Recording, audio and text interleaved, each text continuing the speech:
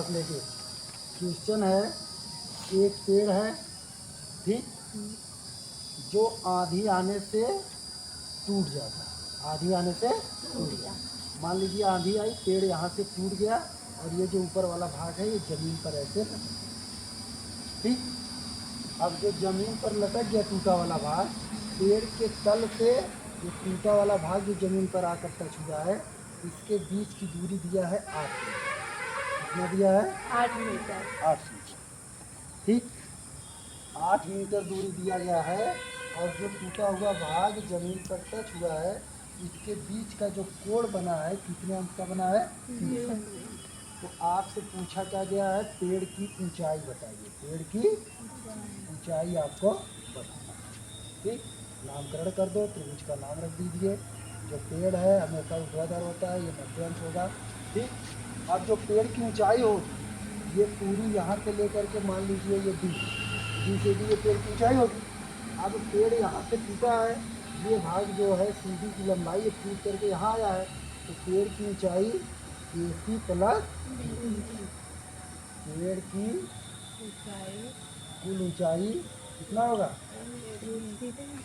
AC plus BC।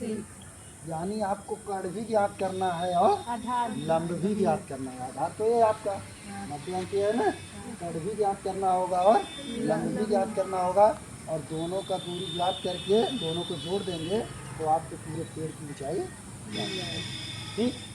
तो आप कीजिए त्रिभुज ABC से ठीक है। अब आप पहले लंब ज्ञात करेंगे कि कर्ण ज्ञात करेंगे, उसको मन में रखेंगे। अगर आप पहले लंब ज्ञात करेंगे तो आधार का मान दिया है, लंब ज्ञात करना है, तो लंब और आधार कौन सा थीटा का प्रयोग होगा? कौन सा अनुपात प्रयोग होगा? tan। किसका प्रयोग होगा? tan थीटा इक्वल टू लंब अपान आधार, लंब बटे आधार। थीटा का मान कितना है? 30 है। लंब का मान कितना है? BC। आधार का मान कौन है? AB है 8 ठीक। आधार कौन है? AB है। tan 30 अंश का मान 1/2 1 बटे कड़ी में 3, 1 बटे कड़ी में 3 BC बटे 8। पूरे पूरा कर दीजिए।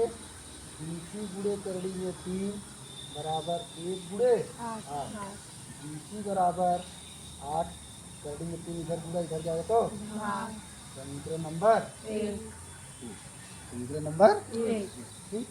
अब इसके बाद आप कर्ण ज्ञात करेंगे। क्या ज्ञात करेंगे? कर्ण। आधार का मान दिया है, कर्ण ज्ञात करना है, तो आधार और कर्ण में रिलेशन है, तो किसका प्रयोग करेंगे? cos theta. cos थीटा बराबर आधार बटे कर्ण। थीटा का मान कितना है? 30। थीटा का मान कितना है? 30। आधार का मान कितना है? 8। कर्ण कौन है? ठीक।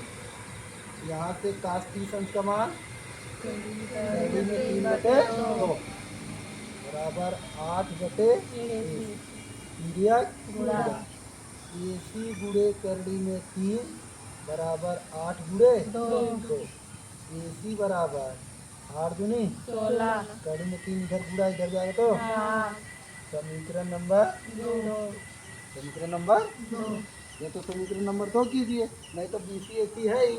अब पेड़ की कुल ऊंचाई, पेड़ की कुल ऊंचाई कुल ऊंचाई, कुल ऊंचाई क्या है? AC plus BC।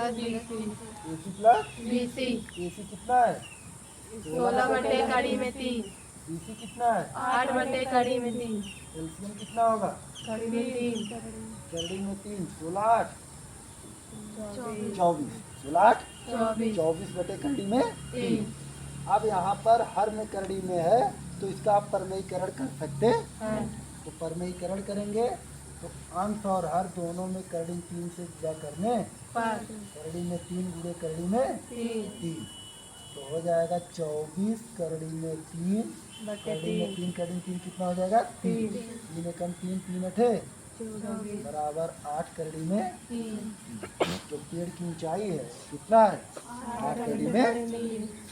समझ में आया? धन्यवाद।